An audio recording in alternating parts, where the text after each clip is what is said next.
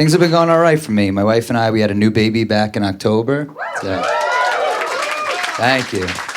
He's a big kid, 98 percentile in height and 98 percentile in weight. So I'm 100% sure he's not mine. No, I know he's mine because we had him through IVF, in vitro fertilization. If you don't know what that is, that's when a doctor takes a fertilized egg and puts it inside you. And the first few times it did not work. And finally I was like, can you please do it to my wife?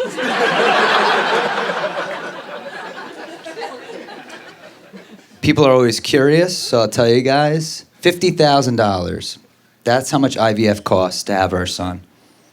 And I love my son.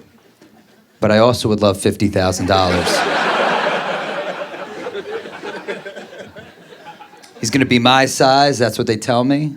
They tell me he's gonna level out. He's gonna be exactly like me. And I'll be honest, for $50,000, I expected more for my money. I think I got scammed. All my friends are comedians. When I told them I was having a baby, they're like, you're so lucky. You're gonna get so much material from your baby. And every morning when he wakes up, I'm like, what do you got for me? But it's always shit.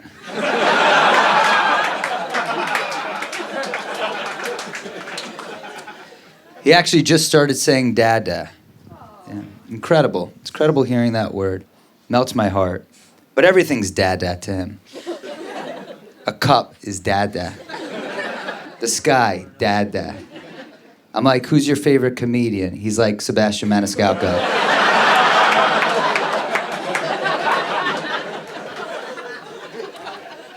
As a guy, we do nothing during the birth. All my wife wanted from me was just to be there. That's all she asked. And the hospital did this for me. They gave me the option of where I could sit. They're like, do you want to sit by your wife's head where you get a pretty good view of the baby coming out? Or do you want to sit by your wife's feet where you get a great view? I'm like, I want to sit in the waiting room. But I couldn't pick that. So I was like, all right, I'll go by her head. Next thing they did, they pulled in a stool for me to sit on. The stool had no back to it. And I sat on that stool for 8 hours while my wife was in labor. And I wanted to tell her how uncomfortable I was.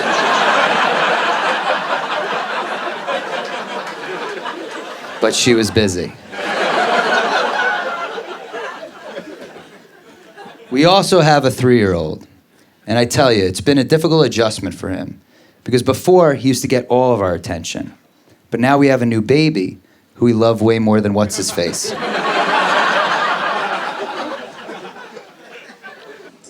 Yeah, he was born during a very interesting time in this country. He was born during a very interesting time in this country. He was born on June 3rd, 2020, the height of Black Lives Matter. Yeah.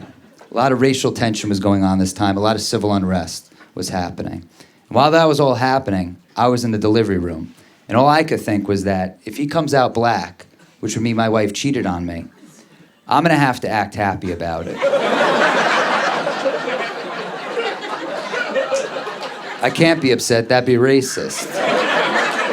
So I was prepared in case. I'm like, all right, the doctor's gonna hand him to me. He's gonna know what went down. He's gonna be like, geez, this is not what you were expecting. And I was gonna be like, this is better than I was expecting.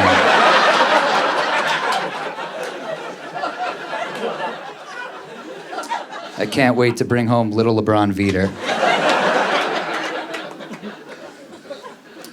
Trying to teach him stuff, trying to teach him colors. I wanted to be fun with it, so I was like, I'll do it with M&Ms. You know, he gets it right, he gets to eat one. You know, I showed him a red M&M. I'm like, what color is that? He's like, yellow. I know, that's not good. I showed him a blue M&M. I'm like, what color is that? He's like, green. You know, this went on and on. He didn't get any right. Still gave him some M&Ms, though. I tell my wife, and she goes, I hope he's not colorblind. I'm like, let's hope he is colorblind. Because if not, we've got ourselves an idiot.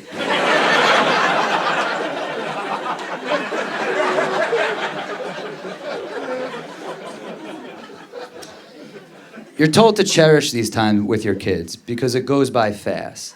They grow up so fast, and they really do. And now as a parent, I see it. Both my boys already have hair in their balls. Yeah. I mean, I drew them on, but still. I was with them the other day, and I'm pushing the stroller along with the baby in it, and my 3-year-old, he's riding his tricycle. And coming towards us, walking in the opposite direction, was this woman. She was walking her Pitbull, and her Pitbull had on a tie. And I see them coming, so I just move my sons a little bit over, and this woman yells out, "What's your problem? Can't you see? He's a friendly Pitbull. He has on a tie."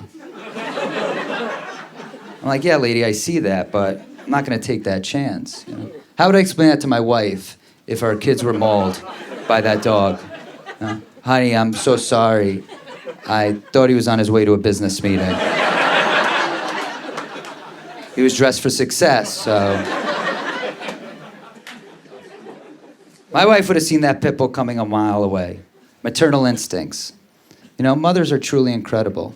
She's on top of everything before it's ever a problem. She told me this. She's like, "I got this app. I want to be ready when our boys start using a computer." I'm like, "They're 9 months old and 3 years old. Do we need this?" She's like, "We need this." She's like, "This app will let us know any website they visit, even if they delete something in their search history." I'm like, "Do we need this?" She pushes a button, up pops up a bunch of adult sites, recently visited on her home computer. And my wife was mad, very mad. And I was like, "Let me talk to them."